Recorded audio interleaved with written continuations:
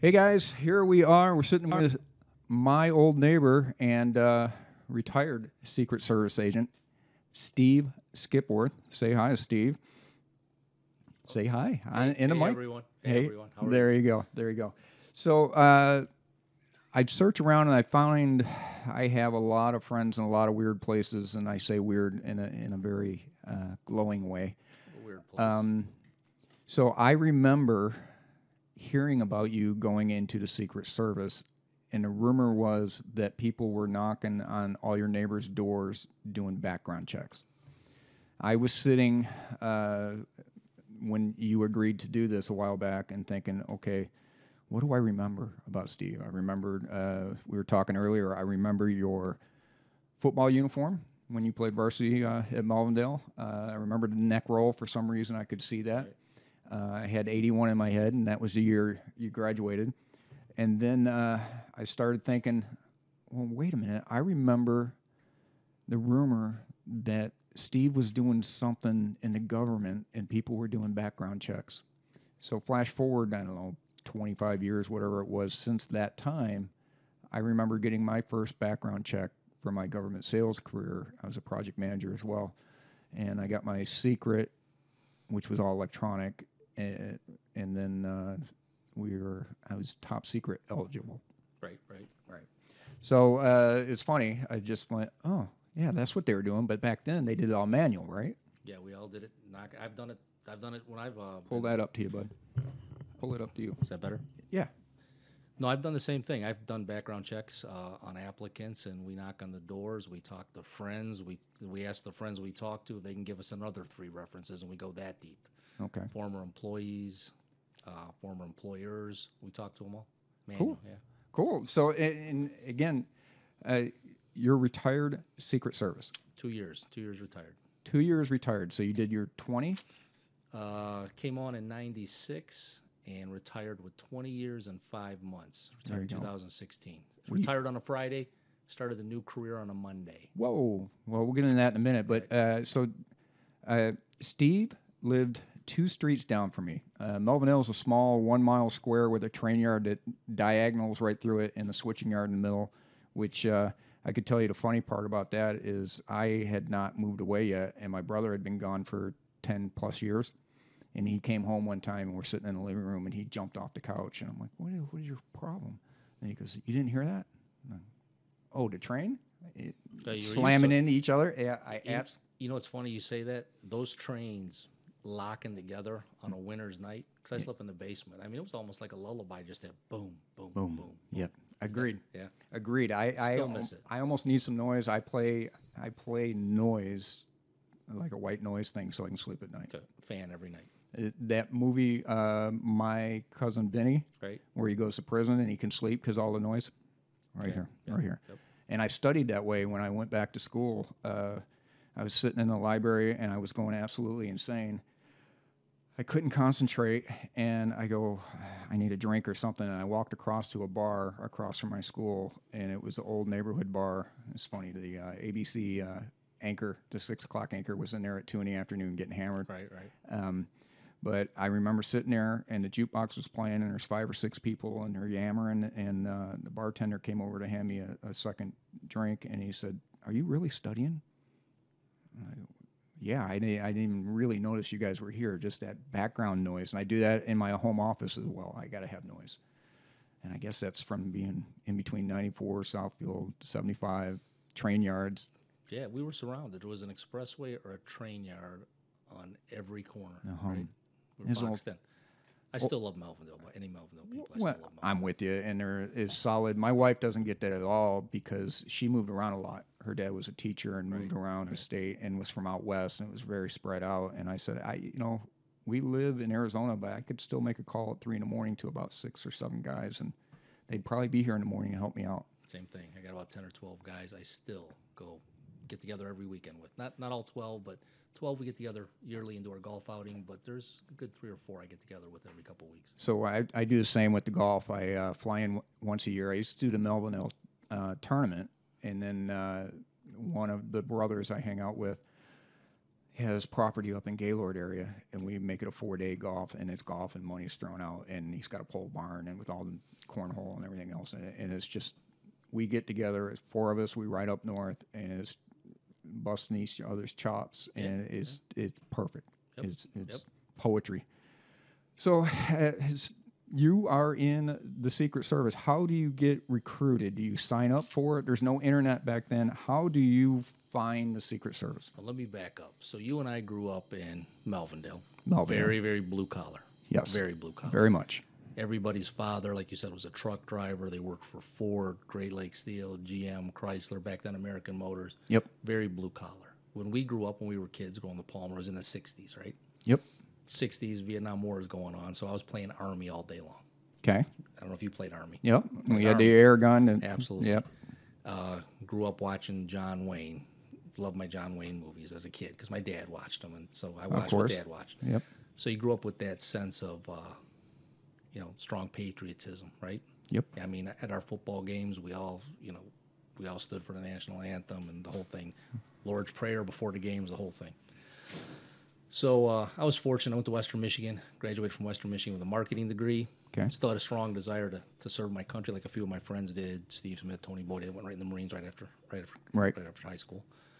I got offered a job pretty much right after college. Okay. With Ford Motor Company. Did that for 6 years, but I still had this, I want to serve my country, still had that bug. And honestly, I was in Chicago sitting in my apartment one day, and I said, you know what, I wonder what the Secret Service, the FBI, the CIA, and a few other of the alphabets, what they're looking for. And I happened to call the service, and they said, first question was, do you have a college degree? I said, yep. And they said, do you have 3 years work experience? And I said, I do. And they said, we'll send you an application. Whoa. So that was that. Sent them an application, and that was probably in the summer of '92, and I was hired in March of '96, 4 years later. Took 4 years to get hired. 4 years of, they do a background interviews, and I moved quite a bit in the first job. And then they have to start the backgrounds over again, and it's a very lengthy background process, and there's testing and interviewing, and there's one-on-one interviews, and then there's panel interviews. And it was all manual back then. Yeah. Yeah, exactly. The application process, I mean, I did it on a typewriter, all 60, 70 pages of that application. So you weren't recruited. You had No, I went 6 looking years for at them. Ford, and you went looking for them. I'm looking for them. Because especially back then, the rumor was... I'd like to say that they were come looking for me, but that'd be a lie. Someone come knocking. So what I was going to say is, the clandestine guy knocking was a substitute teacher one day, and then kind of eyeballed all the students and picked kids out of high school who was going to be the next Secret Service guy. Nothing that sexy. No. So I had a brush with the DEA. Right. I worked in Reno for the airline and cargo, and a guy came in, and he had a $2,000 snowsuit on, and he had a truck that was worth about $300. And back then, we didn't inspect all shipments. This is 91-ish. Right. And I go, what are you shipping today? We had to ask. That was our check for cargo that went in the airplane. Right. Honesty. Yeah. And the guy said, but on the back it said we could search anything if we chose to. And they did not need to be present. So at any rate, he said, well, it's my niece's birthday and I'm shipping a videotape. And the VP, when we opened the cargo facility, had told me, he goes, anybody shipping a videotape is never shipping a videotape. They're shipping drugs or money. So I go, oh, okay, and I forgot about it. And then it's sitting there on the counter. He leaves, and I went, that wasn't right. So I opened it. I got something in there, and I opened it up, and it was about $40,000 in cash in $300 increments, rubber banded together. And so I called. Our instruction was to call DEA, and DEA showed up and confiscated it and checked my my way bill to make sure it really said I could search it. And Right. And they took it, and they said, we'll take it from there. And I said, I don't want this guy coming to look for me. And they go, no, we're going to say we did a random check, and we found it. And I said, okay, cool. So I turn that in, and a month later, they call me and say, well, come on down and get your check. Come on. Oh, actually, cash. And I said, excuse me? And yeah, it is exactly. And so I get down there, and I got 10% of what was turned in. It was 30-something thousand dollars, so I got $3,000. And I want to say they paid me cash, and then they slid a document in front of me that said, I probably shouldn't say this on the air, but time has passed 20 years plus, and it said basically I was required to self-report that they didn't turn it in. And I go, does this really say what I think it says? And they said, yep. And I went, signed, took my cash, walked out. And on the way out, the girl and the guy stopped me. Now, remember, I'm in my early 20s, and I've looked like I was 12 years old since I was getting carded till 40. Let's put it that way. I looked really, really young. They stopped me, and they said, have you ever considered well, how did you stop this? Why did you stop this? And I told them my spidey senses were going off, and they go, oh, you got good instinct, blah, blah, blah, and they were recruiting me a little bit. And they said, have you ever considered a career in DEA? And it just so happened, it's funny, this hole in this wall was about the perfect size. There's 200 little plaques and names on those plaques all over in this thing. And I go, well, what is it at? I know exactly where you're going. In memoriam, killed in the line of duty. And I said, not with that recruiting poster. Yeah. No, I'm not interested, because I know exactly what you want me for. You want me to go in looking 12 and go in and buy. White boy Rick. Yeah, there you go. They wanted me to be that guy, and I went, no. No, I don't think I looked into the DEA. I think the service piqued my curiosity, because I graduated in '81, and that's when Reagan was the attempted assassination on Reagan. Yep. Right, in '81. Okay. So they piqued my curiosity, and you kind of took the Pat Tillman route. Waited. You waited a little bit, and then you had well, I was too old to go in the service. I graduated from college at 24. It took me a while to find myself. Right. I took an 8-year semester. Right. Yeah. It took me a while to find myself. So service was a nice option. So it was a great career. So, all right, they hire you. Where do you go? So they hire me. Again, it was a 4-year process. I was actually in Cincinnati. Let me stop you real quick. Do you have an NDA you have to sign as you come out, and there's things you can and can't talk about? Yeah, I'm not going to give away any. Well, I understand, but you do that. Yes. Okay. Cool. So where were we? You got hired, and what's the process? So I had been interviewing in Chicago. Started the process in Chicago. Got transferred back to Detroit with Ford. The process continued in Detroit. Got another transfer with Ford to Cincinnati, and each time was a promotion.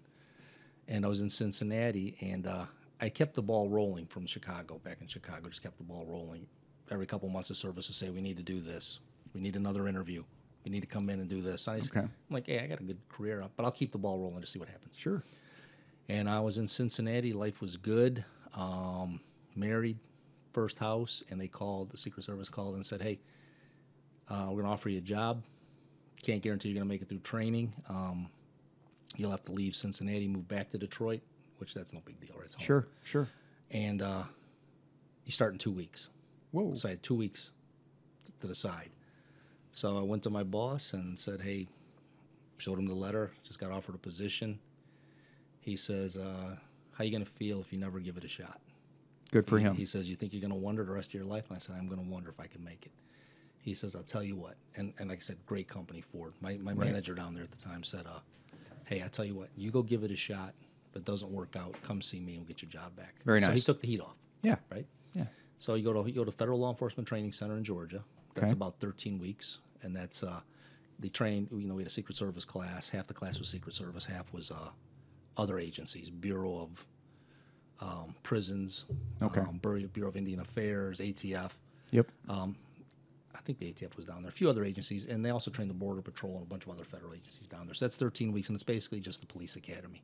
Okay. You learn to shoot, you learn about law, what to do, what not to do, constitutional law, and PT all the time. You do that for 13, 14 weeks, I believe, and then I think I got a week off, and then you go to the Secret Service Academy in Maryland, and that's another 15 weeks, I believe. So you went up to Maryland another 15. Okay, so it's about 3 months. You're almost 6 months training before.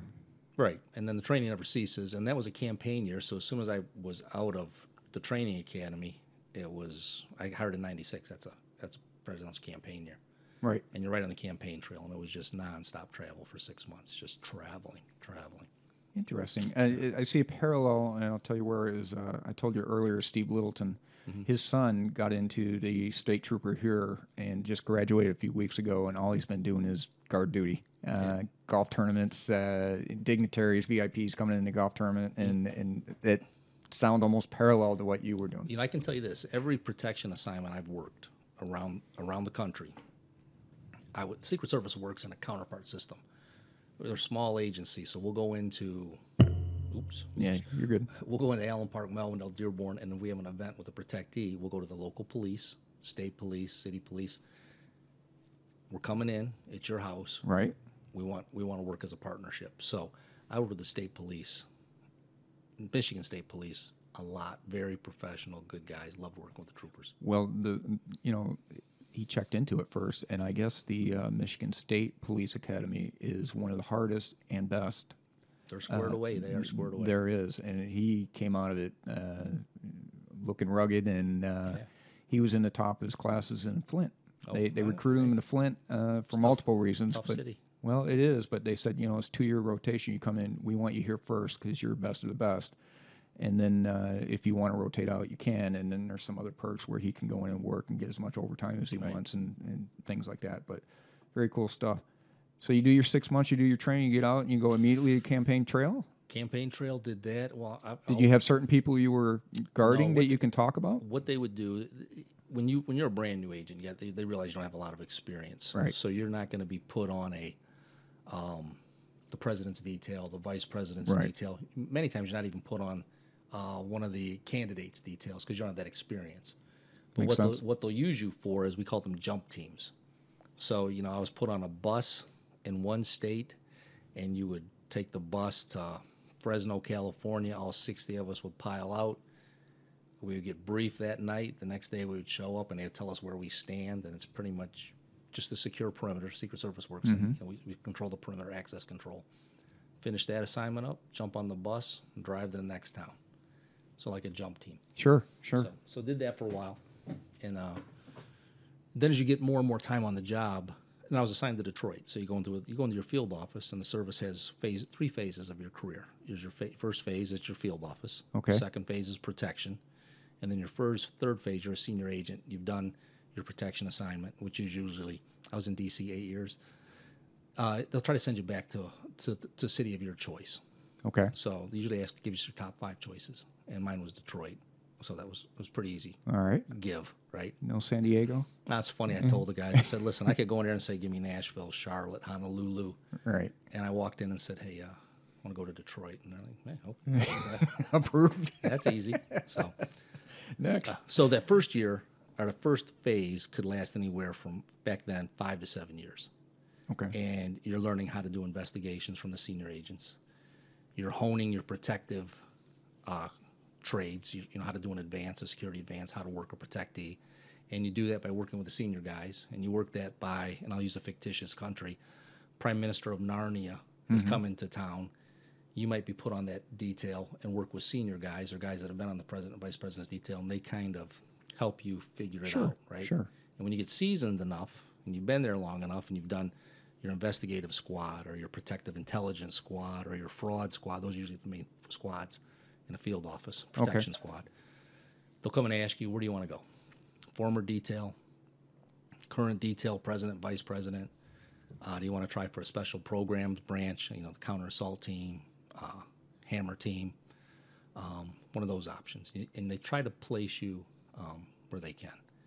So you'll end up going to D.C., and you have to go through another academy pretty much. You have to go through some additional training. Okay. And then when you finish that training up, they'll tell you where you're assigned. Specialized training. Right, yeah. And can you say what clearance you had? I had a top secret, and then I had an SCI, which is secure compartmentalized information. Right, exactly. So.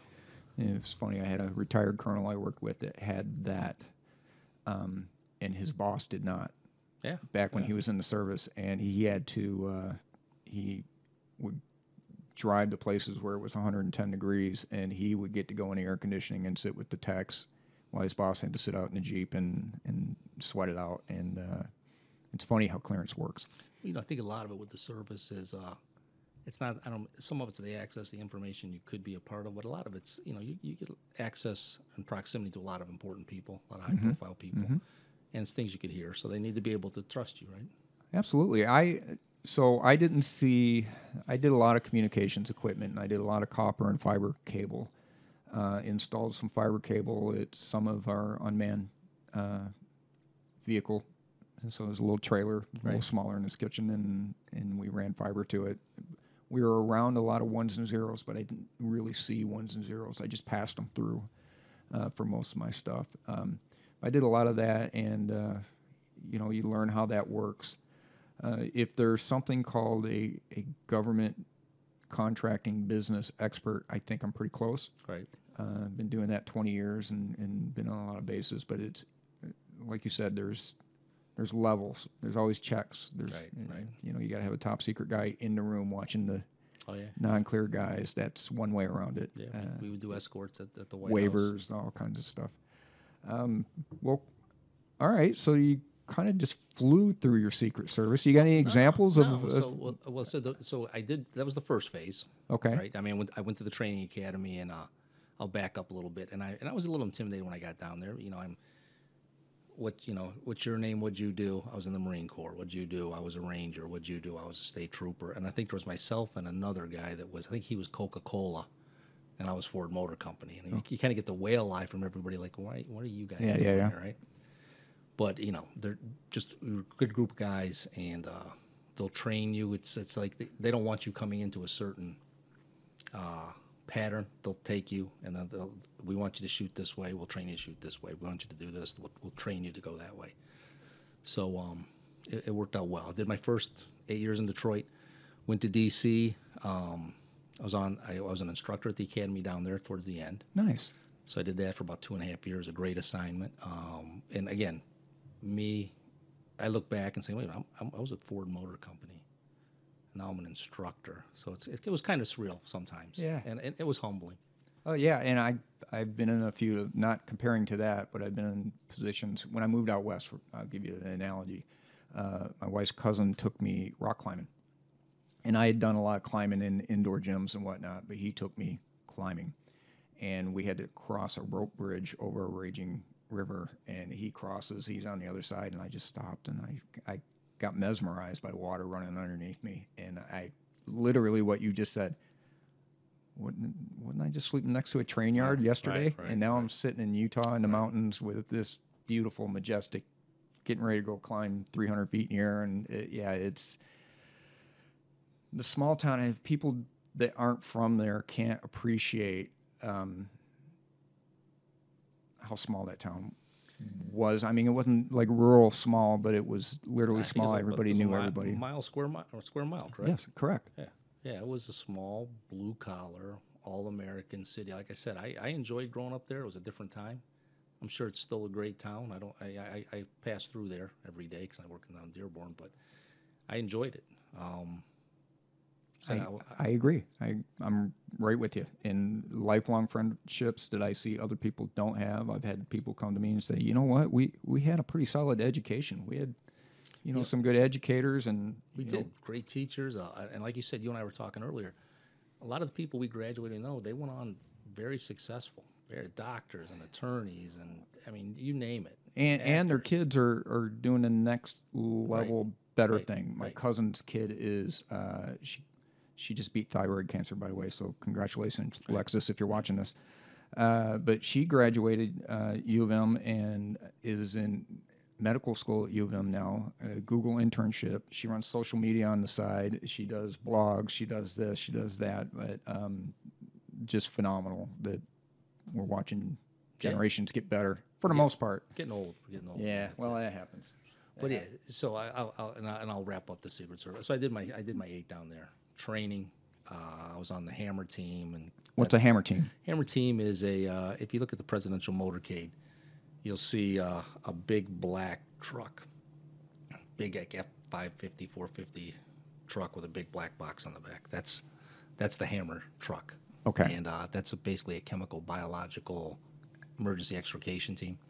Wow. So Hammer is hazardous agent. The government, everything's an acronym, right? Right. Hazardous agent mitigation, medical emergency response. So you were agents that were trained in, basic medical, Right. life support, trauma. You were trained in basic firefighting, basic hazmat, a few other skills, and you were there to supplement. If something happened to one of our protectees, we're going to call the professionals and the firemen who do this for a living, the real professionals. Sure. But you can't sit idle until they get there. Right? Okay. Somebody's got to do something. No, exactly. So that was triage. Right. That's what the hammer team Okay. was. So, Okay. I got you. So your Secret Service, you did all that. You flew through it. That's cool. You got any specific stories you can share? Because Oh, man. I know no one that has been in the Secret Service. I can't even relate or tell you. I know some government guys that had done black ops stuff and everything else, but I guess it would be, number one, I was talking, the men and women I worked with. To this day, somebody will ask me, do you miss the Secret Service? And I'll say, I miss the people, man. They were just good people. And we could be in, where there was a camaraderie. I could be in some of the worst places in the world and laugh the whole week just because the people I was with, right? And made life easy. But can you believe we're here? Right. But if I look back at some of the things I remember the most, I mean, obviously the places I go, I just was showing you the helmet from Mongolia that I picked up and, the sword from Japan. So you get to go all those places that I never thought I would go. Well, I'm going to interrupt you because you're unheard of. Facebook, Facebook's going 7 years and nobody even knew. And then I think you had an account, but there was absolutely nothing on it for a while. Right. And then it was quite obvious to me that you retired because all of a sudden all these pictures from Mongolia and everything. And I'm like, man, I got to talk to him now. Right, yeah. No, I tried to keep a lot of it off there. I mean, Facebook's fun. Listen, I enjoy getting in touch with people from my past, too, and seeing what people are up to. But I kept a lot of that out of there. Right. But, yeah, there was some great adventures that way. And being part of things, like one of the things I look back that I was honored to be a part of was when, President Ford, when he passed. So I was one of the agents that was on the advance team for his funeral internment. So you look back, and that's part of history, right? That's a president, right? Yeah.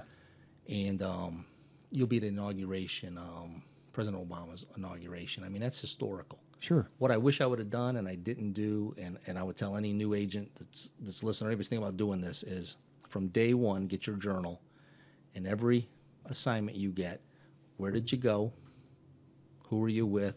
What did you do? Right. So my kids can look back someday and say, hey, my dad was in China right after 9/11, or my dad was, I went to the West Bank with President Bush back when he went to the West Bank, or just things like that. And then you look back, and again, it's humbling, right? I don't know anybody. That's always been great advice, and I haven't done it. And, I was telling you the story earlier about my dad telling stories late in his life that now a big reason I'm doing this is to capture some of those stories like you're saying. And who knows, 20 years from now, somebody will be on YouTube and go, well, that was my grandpa, or that was... Right. So very cool.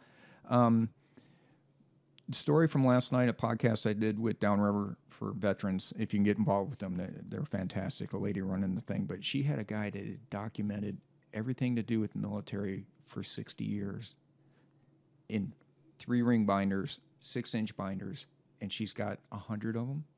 Every newspaper article that came out, he researched it, got the data, put the numbers. He can tell you how many people were in every concentration camp during World War II, and World War I, World War II, everything. And he had no family, and the woman he was living with said, well, he told me to call you when he died and give you these books, so I'm giving you these books. They're out on the curb. Wow. And, yeah, she sent somebody, can you bring them in the house? She's like, no, I'm leaving, and left. But she got the books, and they don't go. They're all down there. And they're working on digitizing them now. No, again, I wish I would have done that. Again, I've known you 3 years ago. Yeah. And if you know me in these recent years, I'm the last guy you want to try to keep details like that, right? Yeah. I'm just not that guy. But I never hear of a guy saying, and when he was 80, going, I wish I wouldn't have kept those journals. I wish I would have kept them now, because there's a ton of things I'd like to go back and look at, right? Right, and research. And you just don't realize it at the time. No, exactly. So all kinds of cool stuff you did there. All right, let me ask you a couple questions. Sure. Secret Service guy with the jacket.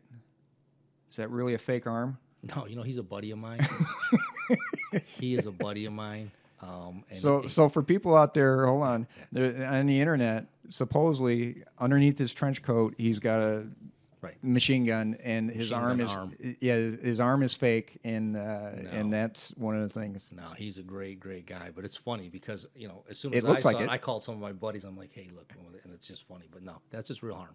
Okay, That's a real, yeah, no fake arms. no fake arms. That's not a thing. Nah, that might disqualify you, but I don't know. But no, You no probably fake could. arms. That's awesome. All right, I'm trying to think any other Secret Service There's all these. rumors. You know what? Listen, they're a group of guys and women that are listen. They love their country, love their job, and they're going to do it to their best of their ability. But they're just average. They're just average like you are. I mean, a lot of vets, and it was a pleasure working with all the vets. I commend you for doing that. Thank you. The vets I worked with at the service, some of my best friends on the job, former Marines. They're or all just Army, solid as a day. Great guys, Long. squared away guys. I loved having them around me because listen, I was in the service, but I wasn't in the military. Right. And there's a difference. And there's times having that experience that these guys have was very valuable on the street. These guys were squared away. For sure. Sure. So very, very fortunate to have a lot of those guys as instructors when I was going through and on the teams I was on. And you saw what happened I was at 2 days ago yesterday with the Secret Service agent who got the Congressional Medal of Honor. Yeah. Did you see Yeah. I that? read your article. Yeah, Yeah. yeah. Well, I didn't read it. I clicked No, I on it. never I had haven't the read it. pleasure of working with him. Okay. I don't know if our paths crossed on the job. They may have. But that's the caliber of people that they're bringing in, and they get a tough job. They want to be there. It's not like you lucked into the job with the Secret Service. No. You wanted to be there. It was a calling or Well, it's funny. It's like Well-suited. when I tell my son, and it's an analogy when he's trying to make a sports team. I said, "Hey, listen, buddy, there's a position for you in the service. There's a position for you there, but nobody's going to give it to you.